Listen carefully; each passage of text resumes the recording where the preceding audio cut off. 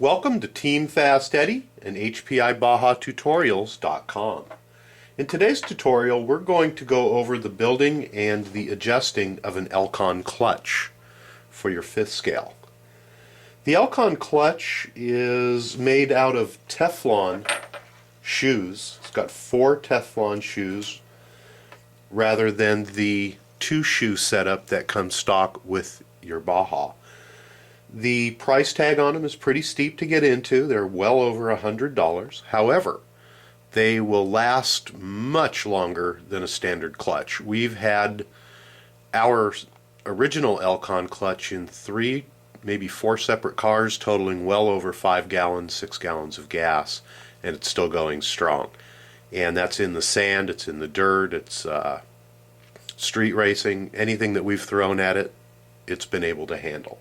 The other nice feature about the Elcon clutch is that you can adjust the rate as to where it engages, and you can adjust it from almost 0 RPM if you would like, all the way up to as high as you would like. And there are some standard settings that we can use, which are going to be somewhere around 6,000 RPM and somewhere around 8,000, which we'll show you. When you open the package, you're going to have quite a few parts. You're going to have 4 little set screws, 4 longer screws, and 4 shorter screws. You're going to have a threaded shaft. You're going to have the main body of the clutch, 4 clutch shoes, 4 springs, 4 posts, 4 copper washer bushings, and 1 top plate.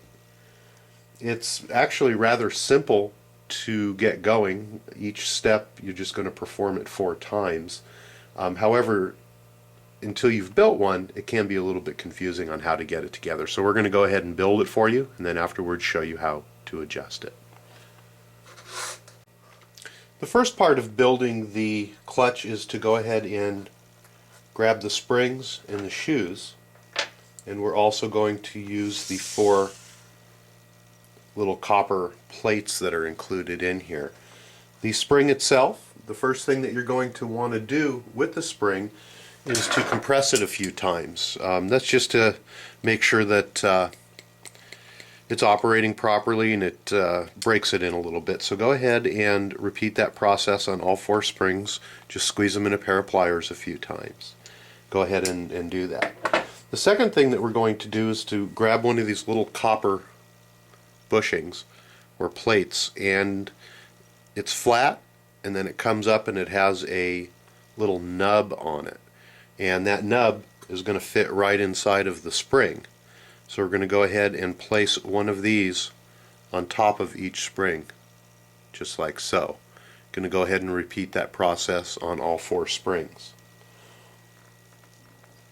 The next part is we're going to grab one of the shoes, and in the shoes is a notch, and you can see that down inside of the notch, see if we can get you in the light here, there's a little hole, and we're very simply just going to drop the spring into that hole and make sure that the plate is on there.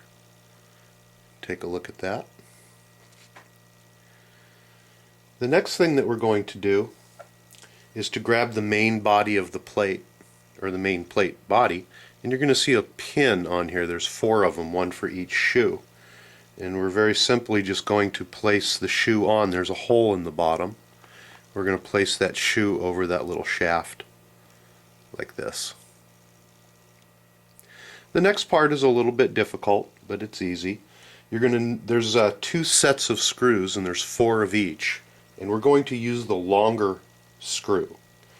And we're going to go ahead and set one of these aside, and we're going to grab one of the little posts here. You'll see that they're threaded on both ends, and then there's also a hole in the center. Doesn't matter which side that you use, but what we're going to do is we're going to set that down inside this groove on the shoe, just like so. And we're going to make sure, see if I can do this without dropping it, that the threaded portion is facing out.